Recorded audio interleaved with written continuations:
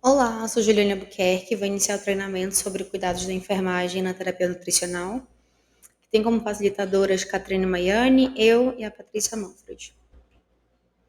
Bem, o que é a terapia nutricional? É um conjunto de procedimentos terapêuticos que visam a manutenção, recuperação do estado nutricional, que pode ser feito por meio da nutrição oral, que é a suplementação, de forma interal pela sonda, ou parenteral, de forma intravenosa. E é realizada em pacientes que estão incapazes de satisfazer adequadamente as suas necessidades nutricionais e metabólicas. É importante falar também que a atuação multidisciplinar na terapia nutricional é uma necessidade para o tratamento do paciente.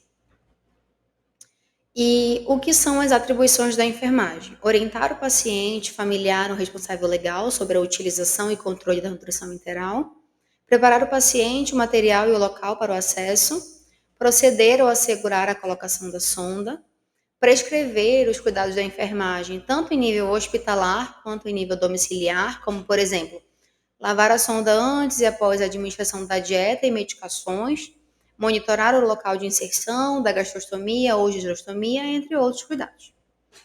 Garantir a troca ou fixação da sonda enteral de acordo com os procedimentos pré-estabelecidos, participar e promover de atividades de treinamento operacional e educação contínua, garantindo a atualização dos colaboradores.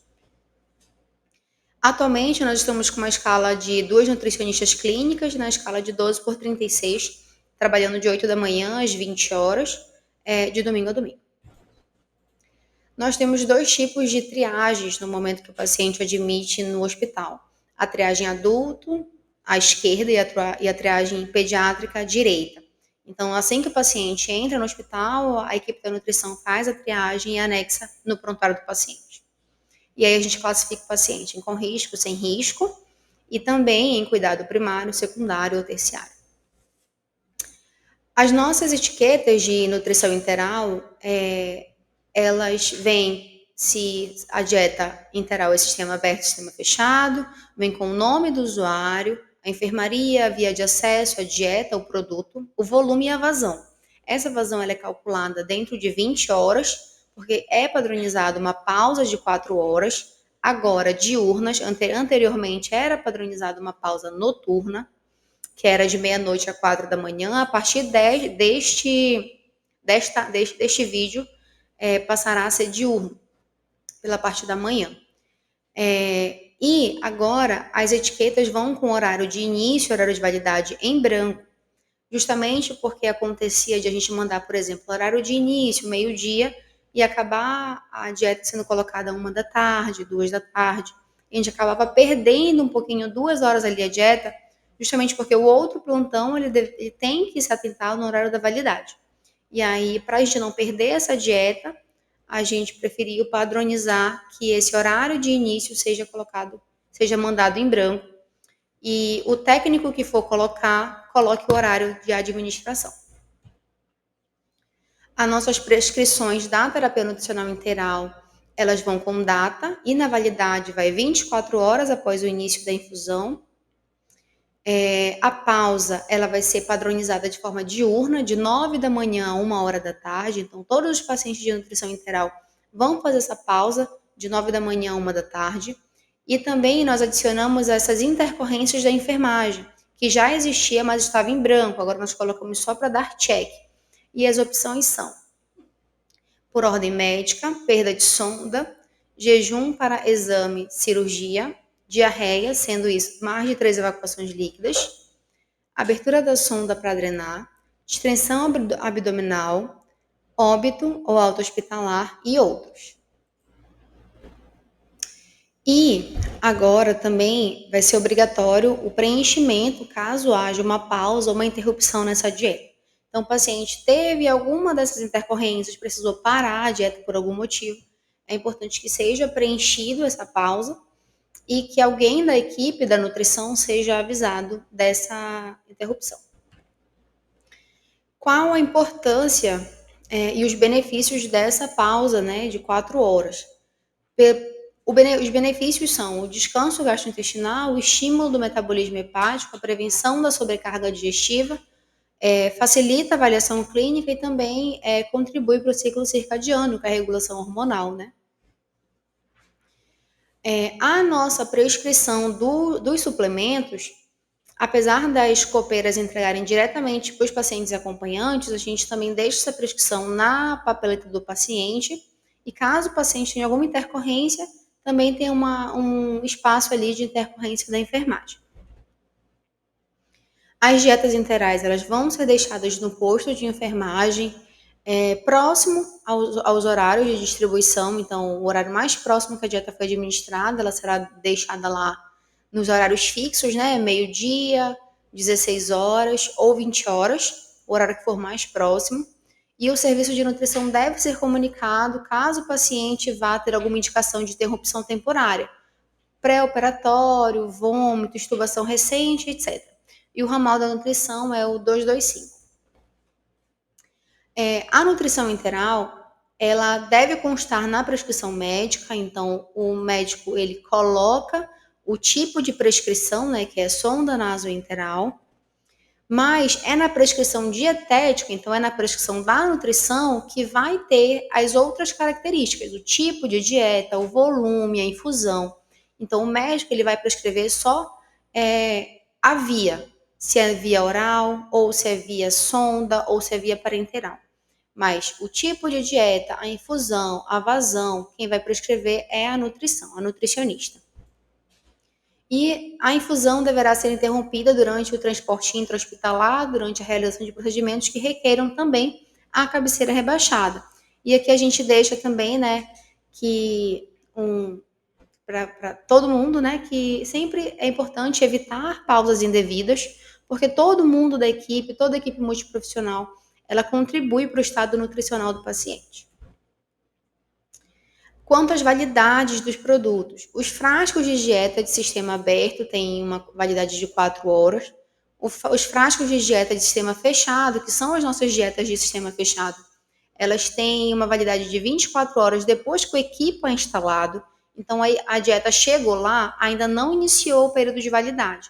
Ela só inicia a validade dela depois que o equipo é instalado na dieta. Equipo de sistema aberto, até 24 horas desde que a higienização adequada após cada dose da dieta.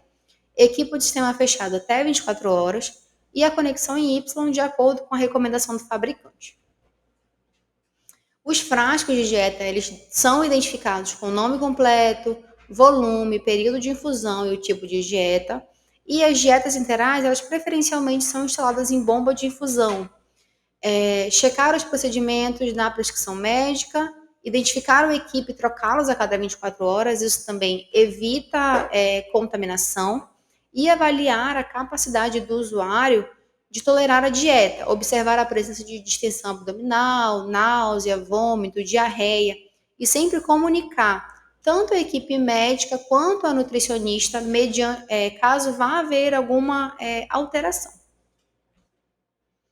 Também é importante que a equipe da enfermagem, ao administrar o medicamento via sonda interal, faça uma lavagem desse catéter com 20 a 40 ml de água filtrada após a administração e depois disso pode retomar o fluxo de dieta normal. Também é bom desligar a dieta 15 minutos antes de realizar procedimentos que estimulem os reflexos de tosse e de vômito e que também necessitem de cabeceira baixada. Também é necessário fazer a limpeza com álcool e gás nas junções da sonda e equipo antes de instalar a dieta, manter a sonda fixa na pele com esparadrapo e sempre avaliar a pele e o local de fixação, para ver se não está causando nenhum tipo de lesão. A gente tem algumas complicações referentes à nutrição interal e também temos intervenções preventivas ou o tratamento, né, para essas complicações. Quando a gente fala de broncoaspiração, as intervenções são administrar a nutrição interal no paciente em decúbito elevado, então ter aquela cabeceira elevada de 30 a 45 graus, manter a ponta distal da sonda em posição pós-pilórica em pacientes com alto volume residual gástrico, utilizar protocolos institucionais para mensuração do volume residual gástrico, que também pode causar um alto risco de broncoaspiração em pacientes com vômito, sepse ou em uso de sedação, verificar o posicionamento da sonda antes da infusão da nutrição interal, então garantir o posicionamento da sonda antes de iniciar a interal, considerar o uso de agentes procinéticos como o metoclopramida, em pacientes com alto risco de aspiração, conforme o protocolo da instituição. Outra complicação também é a diarreia. E a intervenção também importante a gente entender que nem sempre o agente causador da diarreia é a dieta. Então, não é uma intervenção interromper a dieta, justamente por não ser o fator primário dessa complicação. Então, a gente tem que considerar e identificar o agente causador, considerar a alteração da fórmula enteral, com uma menor concentração, menor osmolaridade, verificar a possibilidade de uso de fibras suplementares se houver baixo risco de isquemia gastrointestinal ou obstrução, conforme a avaliação multiprofissional. A diarreia ela é caracterizada por evacuações de fezes líquidas ou pastosas e elas têm que ser classificadas a partir de 3 vezes ao dia ou mais. Então, mais de 3 evacuações em 24 horas a gente classifica como diarreia. Uma evacuação em grande quantidade não é diarreia, 2 evacuações em grande quantidade não é diarreia. A partir de 3 evacuações, aí a gente consideraria aquele paciente num quadro diarreico. Essa diarreia pode ser crônica ou pode ser aguda, dependendo da duração e da causa. Então, nem sempre a dieta é o causador da diarreia no paciente de sonda nasointeral. É uma complicação comum, mas nem sempre está relacionado diretamente à fórmula. É fundamental que a equipe de saúde investigue outras possibilidades antes de modificar o plano nutricional, pois diversos fatores podem estar envolvidos. Muitos desses fatores também podem ser o uso de medicamentos, especialmente antibióticos, laxantes, procinéticos, antiácidos, como magnésio, e medicamentos contendo sorbitol. A própria contaminação da dieta ou do sistema de infusão, seja por má higienização ou manuseio inadequado. Infecção intestinal por Clostridium difficile, por exemplo, que é muito comum em pacientes hospitalizados, ou em pacientes com uso prolongado de antibióticos, e até mesmo condições clínicas do paciente, como sepse, doença intestinal pré-existente, como colite, síndrome do intestino curto, síndrome do intestino irritado, pacientes com insuficiência pancreática, pancreatite, alterações na motilidade do trato gastrointestinal. Então, a diarreia ela pode ser multifatorial. Então, quando a equipe se depara com o episódio de diarreia, é essencial realizar uma avaliação clínica completa. Então, o paciente apresentou diarreia, reúne a equipe para que assim a gente consiga reavaliar aquele paciente, para que a gente consiga reformular o que nós iremos fazer, para que a gente consiga juntos levar o paciente ao melhor desfecho clínico dele. Esse cuidado evita intervenções desnecessárias e contribui para um manejo mais eficaz e seguro. A equipe da nutrição agradece a atenção, e aqui a gente trouxe um emblema da Braskem que fala diga não à desnutrição, justamente porque como a gente aqui fala com toda a equipe, né, principalmente a enfermagem, que está sempre de frente a esse cuidado, a gente também conta com vocês para contribuir conosco, né? O paciente, quando ele está com um estado nutricional adequado, ele tem um menor índice de lesões por pressão, ele tem um menor tempo de hospitalização, ele tem um melhor prognóstico. Então, o paciente bem nutrido, ele tem um menor prognóstico hospitalar. Então, obrigada.